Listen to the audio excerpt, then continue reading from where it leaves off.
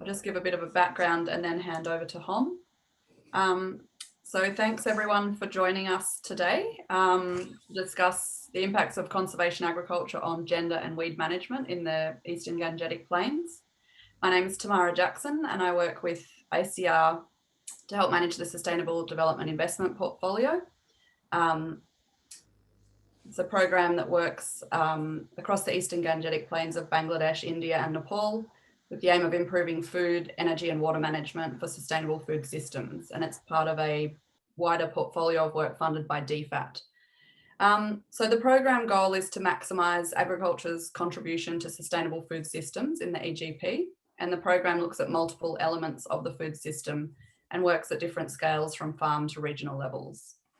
And within the program, there are a whole range of different projects, all looking at different parts of the food system.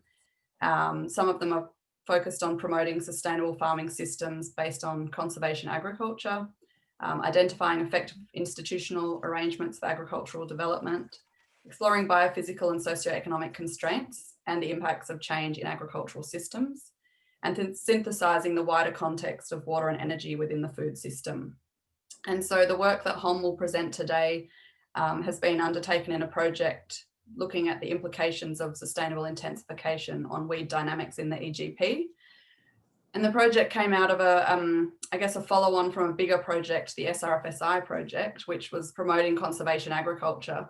But given that often we know that weeds are often a major issue when farmers are using CA farming techniques, we wanted to commission some additional work to help understand what the impacts are for farmers in the Eastern Gangetic Plains in terms of weed dynamics, how well it's understood by farmers and how it affects labour distribution. And this was looked at for both men and women. So we're really interested in understanding the differences, the different experiences for men and women there. So Dr. Hom Gartola has been leading the project for CIMMYT, ably assisted by Bhavya Suri and colleagues from the SRFSI project. Hom is a social scientist who works with CIMMYT and is also their gender and social inclusion research focal point for the CGR gender platform. For the last 2 decades, Hom has been active in research for development on gender and social inclusion, youth and agriculture, climate change, food and nutrition security, labour migration and small farmers' wellbeing. And he's got an undergrad degree in agriculture from Nepal and MSc and PhDs in social sciences with an interdisciplinary focus from Wageningen University in the Netherlands. And before joining CIMMYT, he taught at the University of Winnipeg. So today, Hom is joining us from Canada. And just some housekeeping rules, just please keep your microphone on mute. And then Kuhu will facilitate a question session after the presentation. We'll have about 20 minutes for that. So if you want to make a question or ask a question or make a comment, just make a note of that in the chat box and Kuhu will get to you once Hom has finished. So thank you, Hom. I'll pass over for you to start the presentation. Okay. Thank you, Tamara, and thank you, ACIR SDIP for giving this opportunity to talk about the findings of the project that we have been doing for the last little more than a year now. Today, I will be talking about, as Tamara mentioned, how farmers are perceiving about the weed management, especially under the conservation agriculture issues, and whether there are implications in terms of labor dynamics, in terms of intra-household gender relations, and how things are impacting in their overall livelihood situation.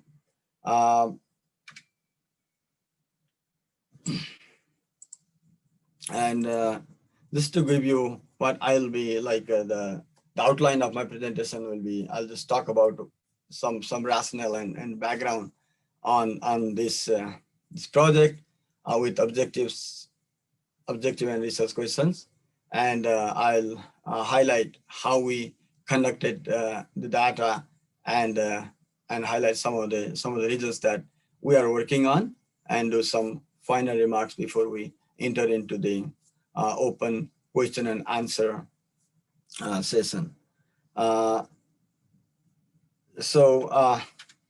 Then in terms of talking about like the weed management, weed dynamics in the conservation agriculture, we know that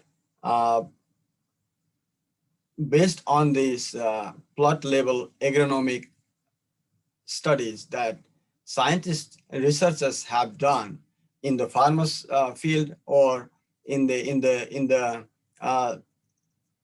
research stations, the sustainable intensification, the conservation agriculture based sustainable intensification, and we briefly call it CASI. And in terms of this application, it has been like highlight, it has been almost proven that it is beneficial in many aspects in terms of yield potential, time saving and cost saving benefits. But still, this is not that much of flying, especially in the South Asian and mostly in the Eastern Indo-Gangetic Plains context. And under this conservation agriculture sustainable intensification package, we call it CASI package, the zero tillage technology is widely promoted. Like zero tillage is one of the CASI technologies based on the principles of like minimum soil disturbance, retaining crop residue or to cover the soil permanently, and crop rotation and crop diversification issue. Among these three principles of conservation ag, zero tillage contributes to the minimum soil disturbance. And this has been quite widely promoted, including the project that Tamara just mentioned, the subsea project. We have been working in the region since I think 2014. I recently started, but the project has been there for quite a long time. And we have another sister project called CISA, Cereal System Intensification in South Asia. These two big projects both are promoting conservation agriculture in across South Asia, but and zero tillage is one of the main technologies and widely promoted in this region. And it has, of course, potential to change the practices with dynamics, with management, sorry. And it is like it is felt, or it is said, some of the researchers have mentioned that one of the reasons of why low intake of CA is, it may because of the weed infestation or weed management issue, especially in the beginning years of CA, and that could be one of the reasons. So we wanted to know that like agronomically, it is said, yes, it is a good technology, but there are like how farmers have experienced it. There is still some research gap that we felt, and we wanted to know how farmers are perceiving about weed management under CASI. That's why we wanted to look at this dimension from the perspective of, like, as I mentioned, like household labor dynamics and gender relations and their experience about weed management. So with this background, now I just would like to talk about this particular subset, I'd say subset of the subsea project. What we want to know in this project is we want to know the perception and the knowledge and perception about weeds in major crops grown in the region, and the responsibility of weed management, and if there are any changes or any differences between male and female farmers, and that is with respect to weed management practices under CA in the region that I just mentioned.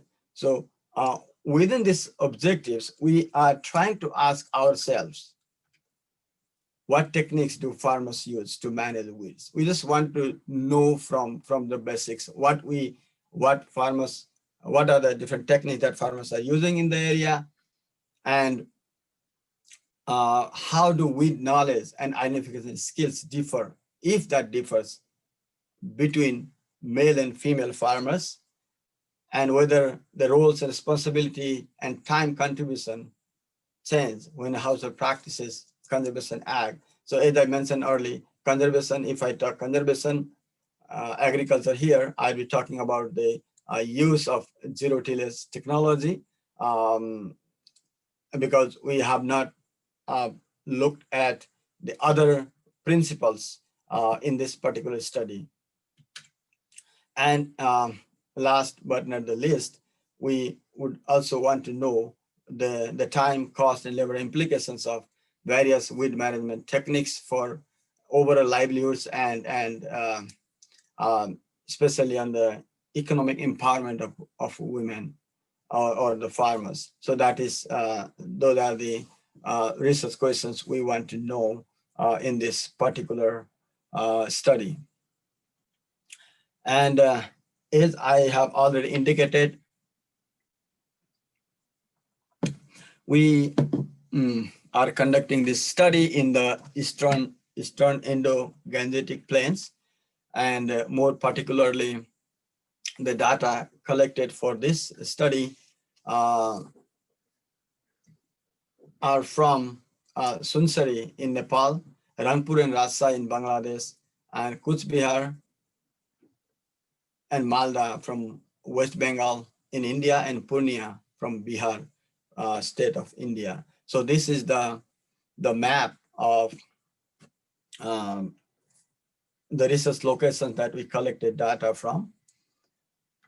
And how did we collect data? We used a novel approach called photo voice, and using the photo voice, we collected some quantitative data, some qualitative data, and visual data that farmers, if you look at the picture on your right, that one of the male farmer is taking picture, and we facilitate farmers to take picture and pick the wheat during the first 5 weeks of the crop sowing time, because that is the time when most of the weed infestation occurs. And this is a little bit grown up time. I think this was the 5th week that we were there with the farmers, and we took we had an opportunity to take this picture. And this is another method that we collected data is from the semi-structured qualitative interviews. That is we collectively, together with the subsea colleagues, we collected data from across all the research sites, and this is the subset of the data based on data on the how weeds are handled and weeds are managed. So these two methods are primarily used in the results that I'm presenting tonight or today there. We also had planned to conduct some focus group discussion as a follow-up to some of the unanswered questions to get more in-depth understanding on some of the issues. We are also planning to conduct a survey to know some of the implications of some of the findings of these ones. I'll talk about that a little later. But because of this COVID, we all know that because of this COVID restrictions or COVID pandemic, we had to cancel, and we are just focusing our analysis based on the data that we have already collected. As I indicated before, I will basically focus my talk based on these two research outputs that we are working on.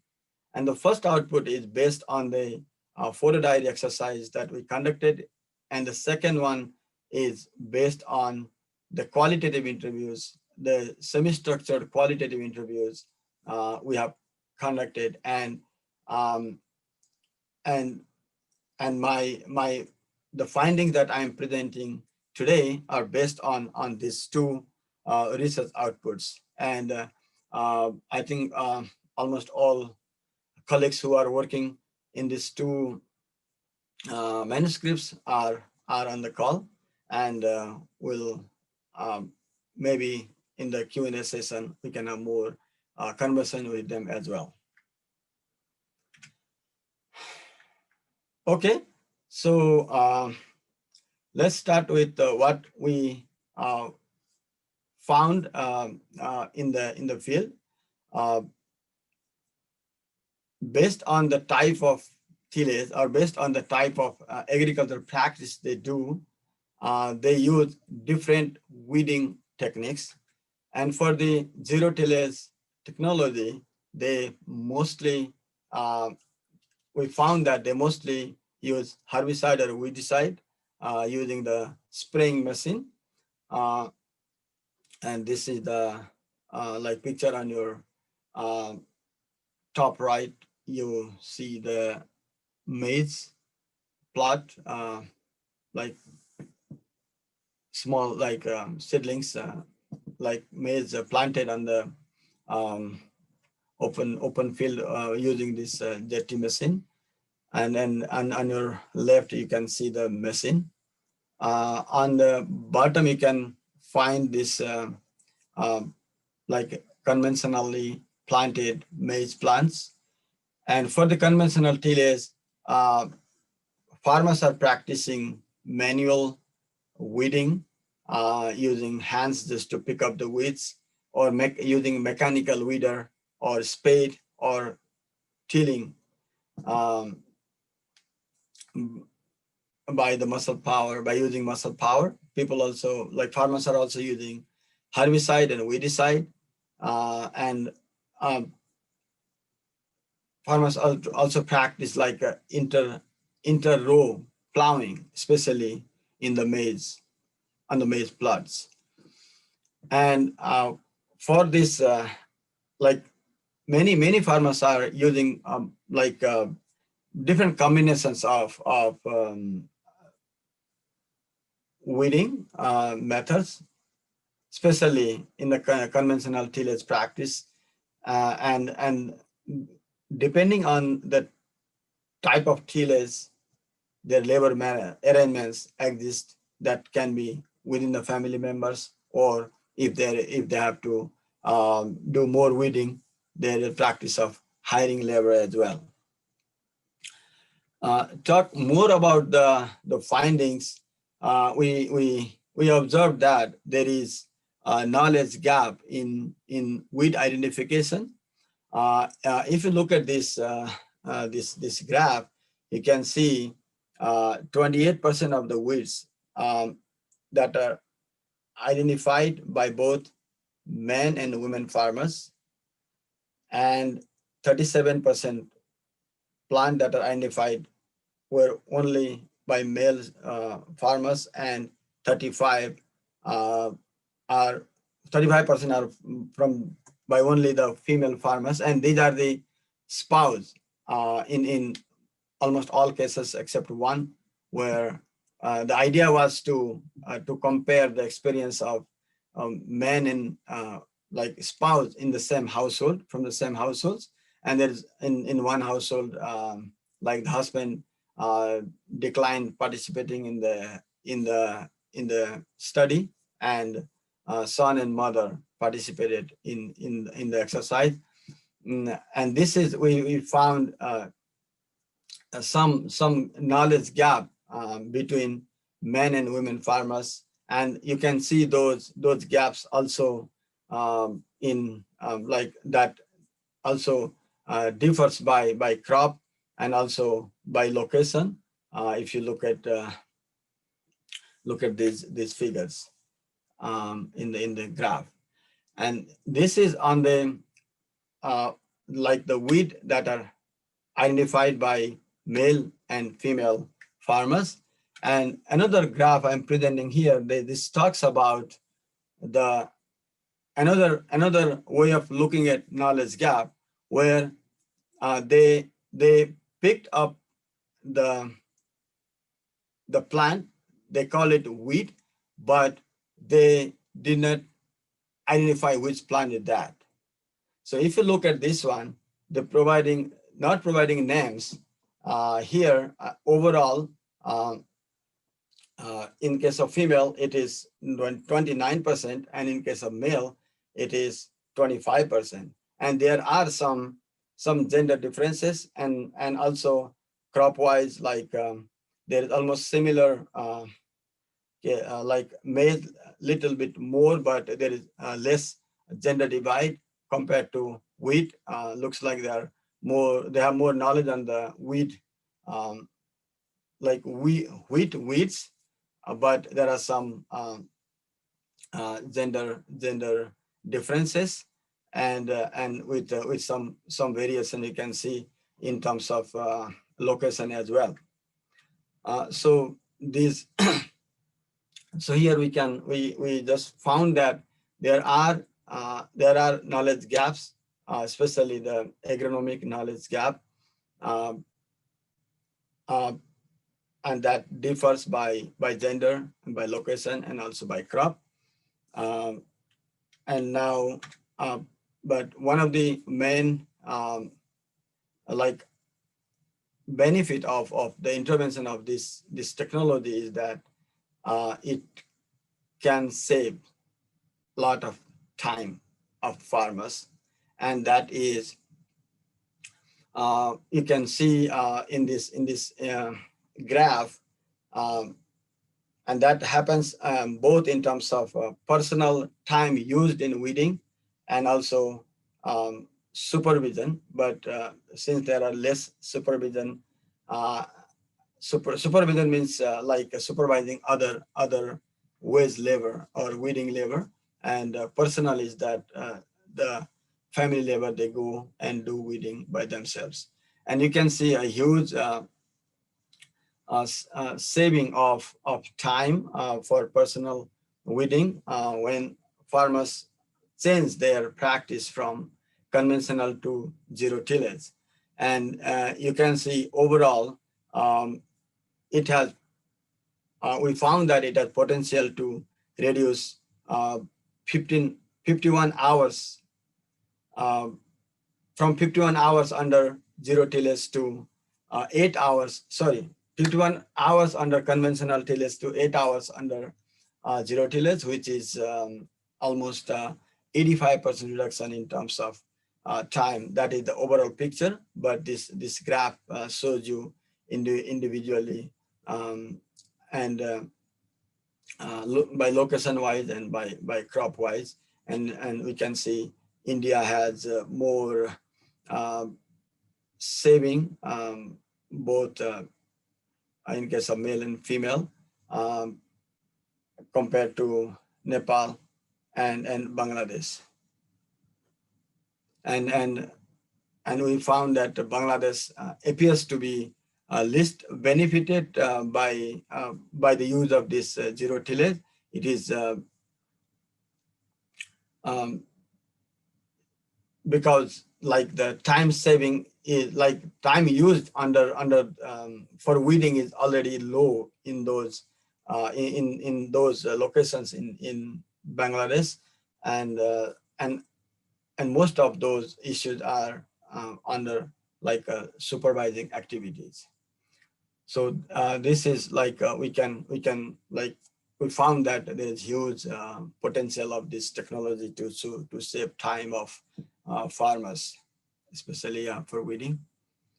And we observed some of the implications of herbicide use in the farmers' daily living.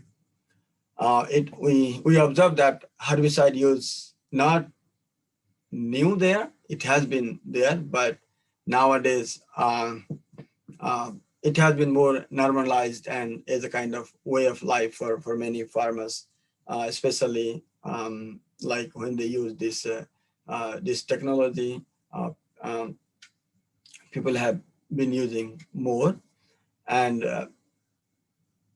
this technology is cost and time effective, as we have already observed from the quantitative data, and it reduces time, it reduces hard work and drudgery for weeding, because like herbicide sprays.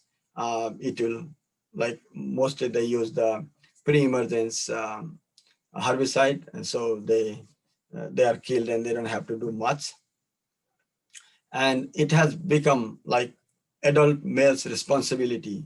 Herbicide spray have become an adult male responsibility due to the design of tank and the weight of to carry the liquid.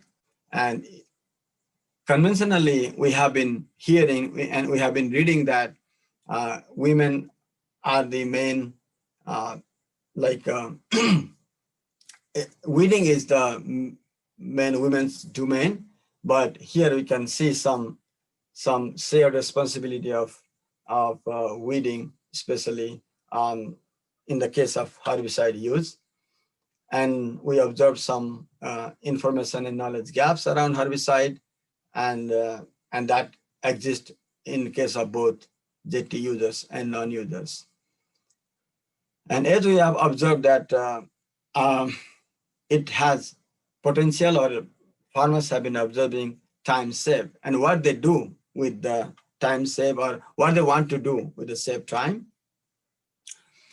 And we observed that farmers have been using in growing vegetables, or and that is for self-consumption as well as for market.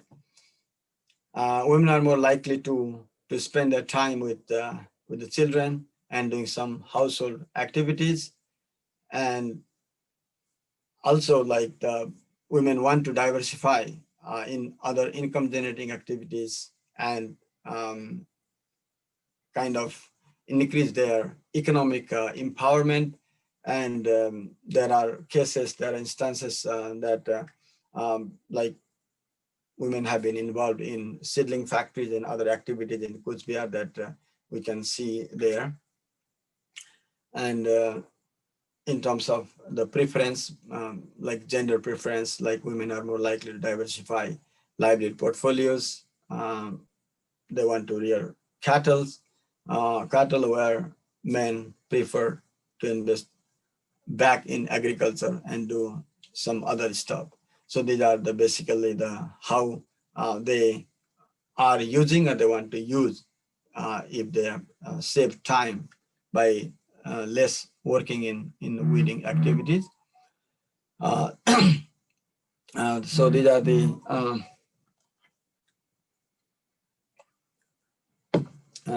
major results of our study. And I just would like to point out some of the final remarks in terms of, like, there are two basic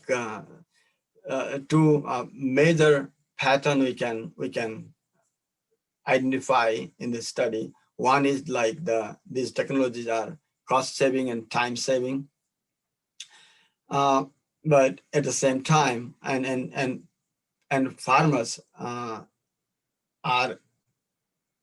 aspiring to use that save time and resources into more productive areas.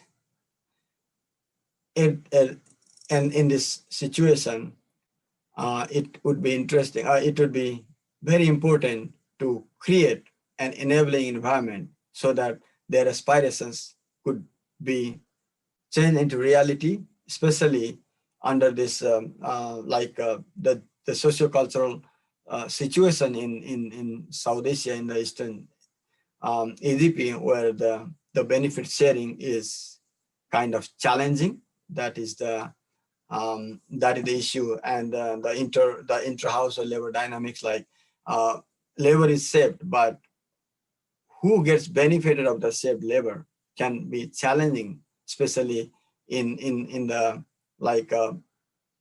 differential gender relations, and the internal power dynamics has come to play. And another point I wanted to highlight here is that herbicide use is not new, but it has been increased and normalized as a way of dealing with weeds under under both zero tillage and conventional tillage systems. However, we found that there is information gap, there is management gap, and also there is knowledge gap of herbicide use and understanding.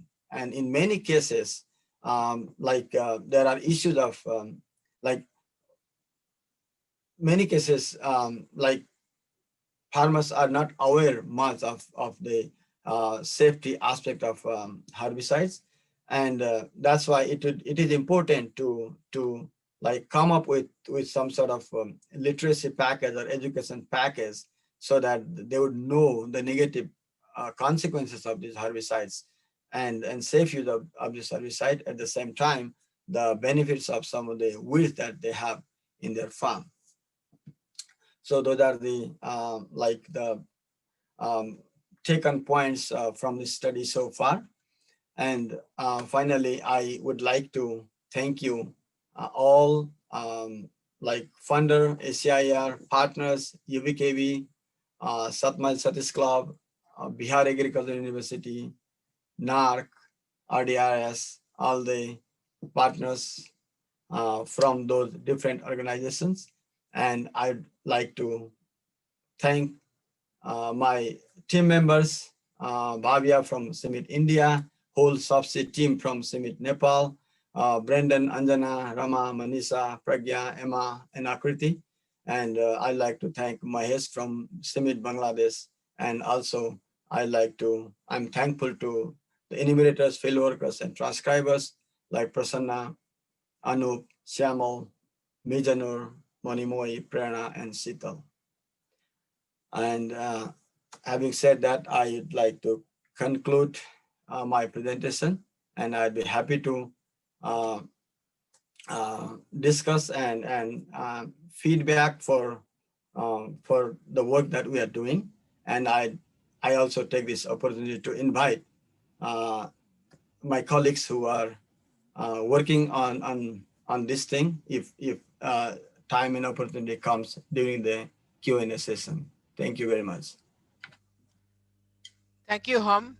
A very interesting presentation. The first question is from Tamara. Tamara, would you like to ask the question yourself? I was interested, Hom, in why there's such a difference between labour use for weeding between India and Bangladesh and Nepal, but there's a little chat session on the side that's been going on. So Mahesh and Brendan indicated it was more to do with herbicide availability, which was more available in Bangladesh and Nepal and less available in India. So I'm not sure if you've got anything to add to that on top of their responses. I think they have clearly mentioned that like the like Brendan and Mahesh, like they have clearly indicated that the herbicide, the availability of herbicide, and how the practices of weeding that has to do with these differences, like location-wise differences in weeding time. Yeah, thank you for the question. Okay, can I add to that? I was just wondering. Sure. This is a function of normally the bigger picture, the bigger literature shows that there is a lack of herbicides in Nepal and Bangladesh. But here it seems the sites you've chosen, they had the use of herbicide is more prevalent. That could be the reason. That's the only thing I can think of. Mahesh, can you jump in? Thank you, Kuhu. Actually, this is very clear, Kuhu, that in India, one thing that awareness of about herbicides is more, but also availability of herbicides, which can be easily available for all crops, especially wheat and maize. It's very prominent and easily available, and farmers used to apply. But if you still look it in Nepal, Nepal is still better than Bangladesh, and that's again indicates Nepal has still better in terms of availability of herbicides, because it is very close and open market between Nepal and India to get herbicides access. But in Nepal, that's why they are using less, which cost is higher as compared to India in Nepal. And that's another problem in Nepal is more adulterations. So could be the reason that it's lower. But definitely in Bangladesh, it's major concerns and it's that availability of herbicides. Herbicides is not available. Those herbicides available which are very old, like 30 or 40 or 50 years back, but newly molecules are not available, though even some molecules are registered, but they are not available, they are not marketed by these international MNCs and all.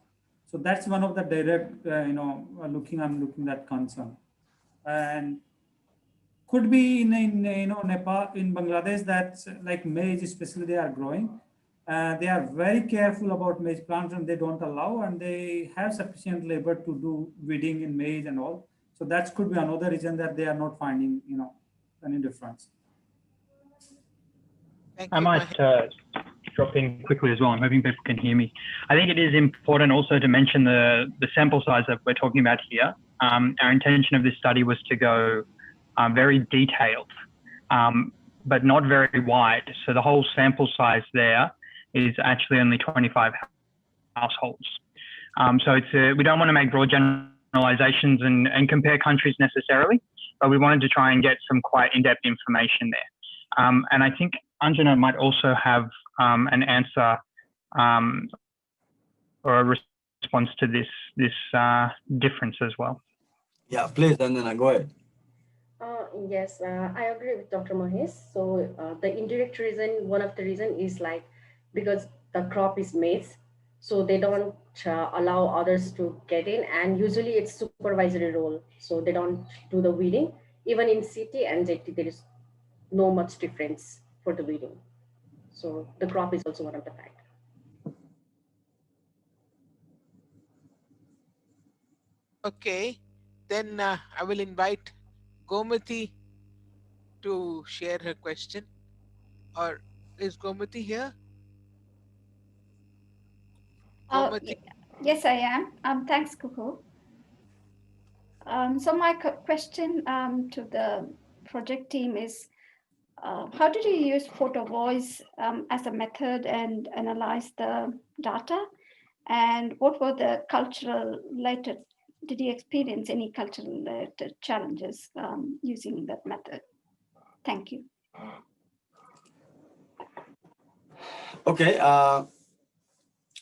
The use of photo voice is a way to collect data, especially in a situation where the respondents or the participants are not able to express in more like in an advanced setting. And the way we did that, we first developed the protocol of how to conduct this photo voice exercise, and that exercise is conducted for the first 5 weeks of seed sowing. And on the day we like our enumerators, they went to field and they provided a phone to the male respondent and the female respondent of the same household. They went to the field and they observed, like in the first week it might not be much, but as the week advances there could be more weeds, and their job is to take picture, to pick up the weed that they think is the weed, and they take picture of that weed in the graduated seed, and that was the exercise they had to perform for the first 5 weeks. And in the week 3 and week 5, we also asked the most significant change that they have experienced by the use of this the JT machine or using these technologies, and that is how we collected the pictures, we collected the voice records, and analyzed that data later on. And if I could make it clear, if you have more questions. No, thank you. I'm just wondering, because in some culture, females don't use mobile phones and cameras, and that could have been a bit of a challenge. So I'm just keen to find out, was that any challenge that you experienced in this diverse culture? Okay, thank you. Thank you for the follow-up question. I think this is very important aspect of when we do the participatory data collection. One of the way to reduce those challenges is to hire or using the enumerators locally, so that it is not that people from outside would go and give them mobile phone and ask to do the work, but like we had different people in Nepal, different people in India, and different people in Bangladesh for doing that kind of thing. So that way we could overcome some of those cultural challenges. Brandon, you wanted to add something? Yeah, thanks, Hom. It's a really interesting question as well. And I think I would summarize it by saying that when we drew up our first set of protocols, and then we workshopped them with the enumerators that were going to go out and help us implement that, we had to change several things about those sets of protocols. Things like we had originally planned to leave the phones with the households, and we were told that that was just not the thing to do. You couldn't do it. You couldn't leave it there. It'll go missing, things like that. Likewise, one of the things we wanted to do was to make sure that we weren't getting a crossover in knowledge and understanding. We wanted the spouses to go to the field differently, such that they wouldn't necessarily look at what their spouse was doing and indicate that they had the same knowledge, or, oh, he picked that weed, so I'm going to also pick that weed. As we found out, it's very unusual, particularly for females that would go separate from males to the field, particularly in places like Bangladesh. So a lot of those things came in, and we had to sort of adapt as we went to some of those protocols. I might actually ask Emma, who is key in developing those protocols, if she has any other reflections on some of those implications. I think that's good, Brendan. I agree with what you said. Okay. Yeah, Now, thank you. Thanks, Brendan. I would ask Serena McFadden to ask a question. Serena? Oh, thank you. Thank you very much. Thank you, Hom, for that presentation. I really appreciate the work that you and your team have done to get some really detailed information from those households about their weed management practices. I think my question has been answered. I just wanted to know if you spoke to households where they had tried zero tillage and then decided it wasn't for them, and whether or not weed management issues were identified as a reason behind that. But I suspect that given you were only focused on 25 households, you may not have had scope to do that in this project. But do you have any information about this adoption of zero till and whether weed management issues or access to herbicides are a contributory factor? Oh, thank you. It's a very good question. Sorry. Let me grab a.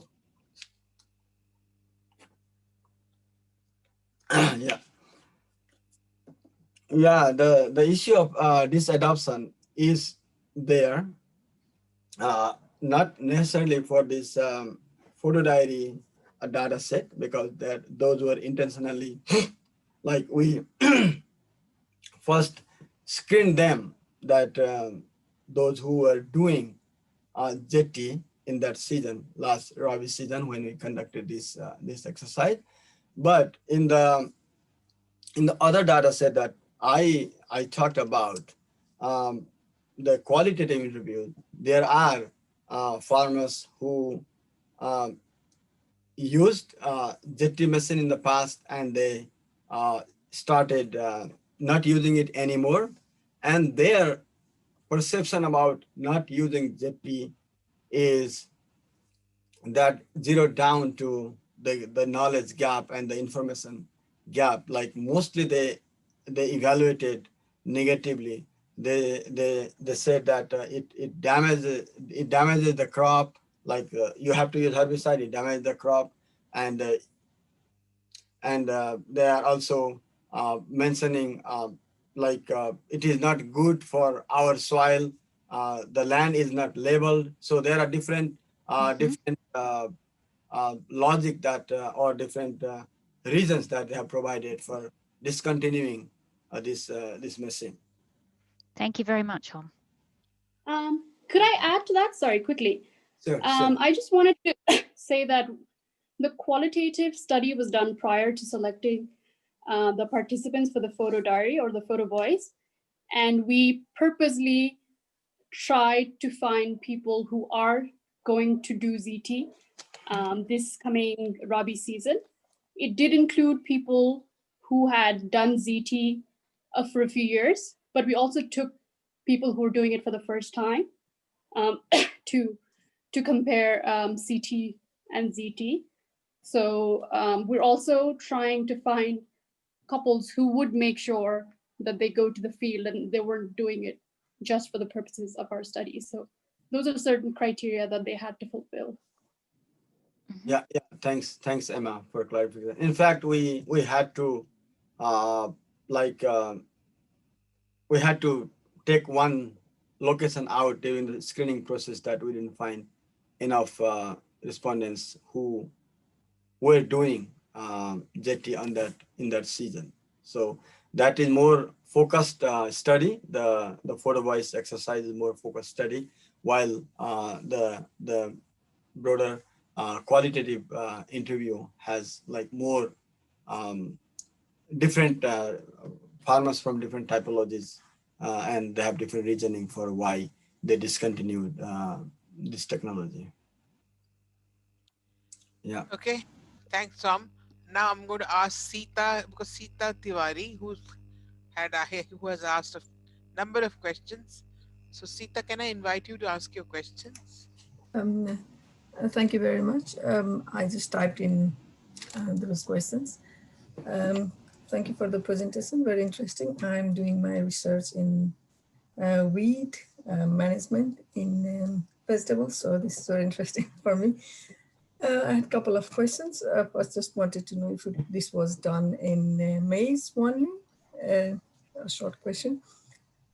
And the other question was, you just had spouses, so I was wondering if other members, either male or female, would be equally involved in there, or was it because they were more equally involved, you chose a husband and wife or other spouses to get that information? And the other question was, where is that? About the use of herbicides. Basically, herbicides are used in CA for weed control thing, and as you said, men are mainly, it's their job to do the spraying and others, so women have more leisure time in that sense. But would the scenario or the weed management perspective be different if it was not the herbicides? If the use of herbicide was not the major thing in CA, do you have any findings from CIMMYT research or anything to support that, whether it would be different if it was not the herbicides? Because women would be doing other weed management work with use of hoe or pulling with hands and other stuff. If it wasn't the herbicide, would it be more women doing the weeding thing? And so they wouldn't be able to save time and other stuff for that. And I have one more question. In terms of the profit calculated, was it just the time, saving of time, or did it also look into other aspects of like agronomic performance of the crop, other indirect things like use of herbicides, which might lead to other health or other hazards or any other negative impacts of that? Did that also take into account while looking at the the overall profit in there? Sorry, so many questions. Thank you, Sita. Those are great questions. I don't know if I picked up all, but I'll try my best. In terms of the involvement of male and female in the research, I am not sure your question is whether both are participating in the same way in the research, or both male and female are participating in weeding in general in the activity, yeah, in the weeding activity, yeah. In the weeding activities, yeah. Like for the data collection, they were involved equally. That is, I think, it has been clear. But in terms of doing weeding, I think that also relates to your other question on if it would be other than herbicide, what would be the weeding issue?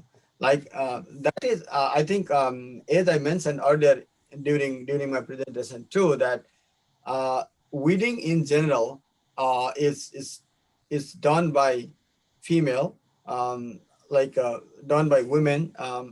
But when it comes to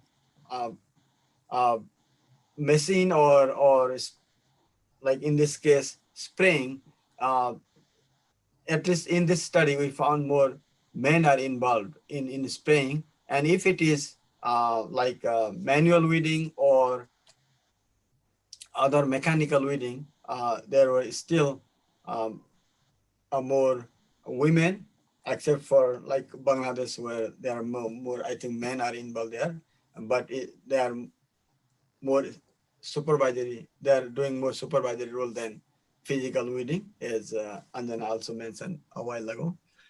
So in terms of their role, I think for mechanical weeding, it is still women are doing more, but when it comes to spraying, men are involved more. That is the issue. Can be little bit shift from female to male in weeding in terms of herbicide use. That is still we can work more on that one, whether it is a real shift or only some incidences. And your third question about the calculation of the benefit. In this particular study, this is not like based on the survey. We have not factored other things. And in this one, we have mainly calculated the time aspect of the time, whether weeding time has been saved. So I think I have covered many of your questions, I guess. If there anything.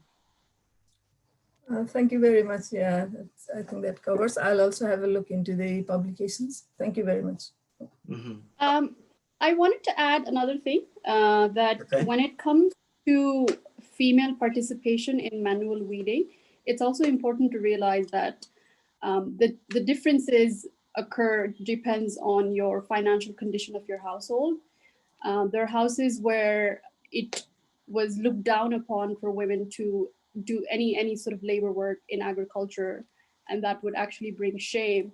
So even if there was a labor scarcity, they would still not go.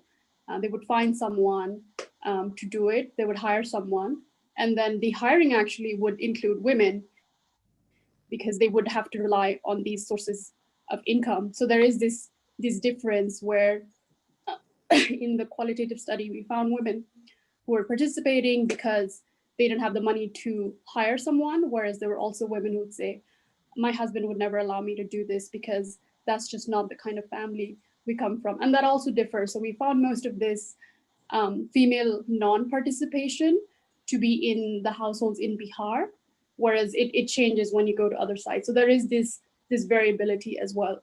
But they would be doing supervisory roles when they would go give food or lunch for the laborers. So stuff like that. So it's interesting stuff. Yeah. And lots of variations in so many aspects. Emma. Okay. Now, if there are no more questions, I would just like to say thank you. It's been an interesting discussion. I think since it was a short project and the COVID restrictions really limited it's all the things that were required. So thank you, Harm. And now, just yeah, I have been raised my hand. Just I wanted to ask or to share something. I don't know whether you can hear me. It's Jahangir. yeah, hi Jahangir. Yes. You have seen my hand raised option. I don't get this. We don't have it in our listing. Sorry if Okay. Okay, so can I just add something? Yes. Before you closing? Yeah. I just I'm sorry that in fact I was teaching, so I just joined late. But the issue that the earlier speaker was sharing, and referring the Bangladesh case, I just want to make comment, and then the question already that was in my mind that been asked by Sita and then also been answered by the presenter. But the family supplied, I mean the labor uses either men or women in weeding other than the herbicide. In the case of like the manual labor in weeding, so just in Bangladesh case, we have very recent evidence. Last week there was a presentations basically been given by Smatara to the policy people, and there we use the highest data set. You know, that's the IFRI data set, and also like the data sets been the very big data sets of household income and expenditure survey in Bangladesh integrated household survey of IFRI. So where we have found that in the case of like family supplied labor, that female labor are more engaged in physical weeding activities than the male. But the opposite, we found that in the case of the hired labor, so we found the opposite, meaning that in the case of hired labor, we found that the female farmers are less engaged in physical weeding activities than the male farmers. So it's clearly saying that when we go for like the physical weeding other than the using herbicide or any other things for weed management, that in Bangladesh, in the case of basically the family supplied, female farmers are more engaged than the male farmers. So that's I wanted to share because the earlier presenter was referring to the Bangladesh case. Thank you, Kohu. That's I wanted to share. Okay, great insights. Thank you. We'll think about that when we analyze more into our data. I've said my bits. Now I'll hand over to Tamara to say the last. To have the last word, Kuhu. Last word. Thank you, everyone. That was a great presentation, Hom, and it's really interesting to see your results. I think it also gives some interesting thoughts about the kind of research we should do next, because if we conclude that all is fine because people have got access to herbicides and they're saving labor, then, you know, that's one good news story, I guess. But I guess there's a whole other story that goes along with herbicide use, and the other, I guess there's still work that needs to be done for alternatives in that space as well.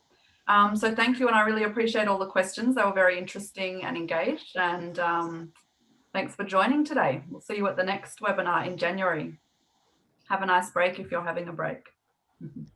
Thank you, everybody. Thank you. Okay, bye. Thank you. Bye. Thank you. Bye-bye. Hi, Eric. Bye. Thank you. Bye-bye to everybody. Bye.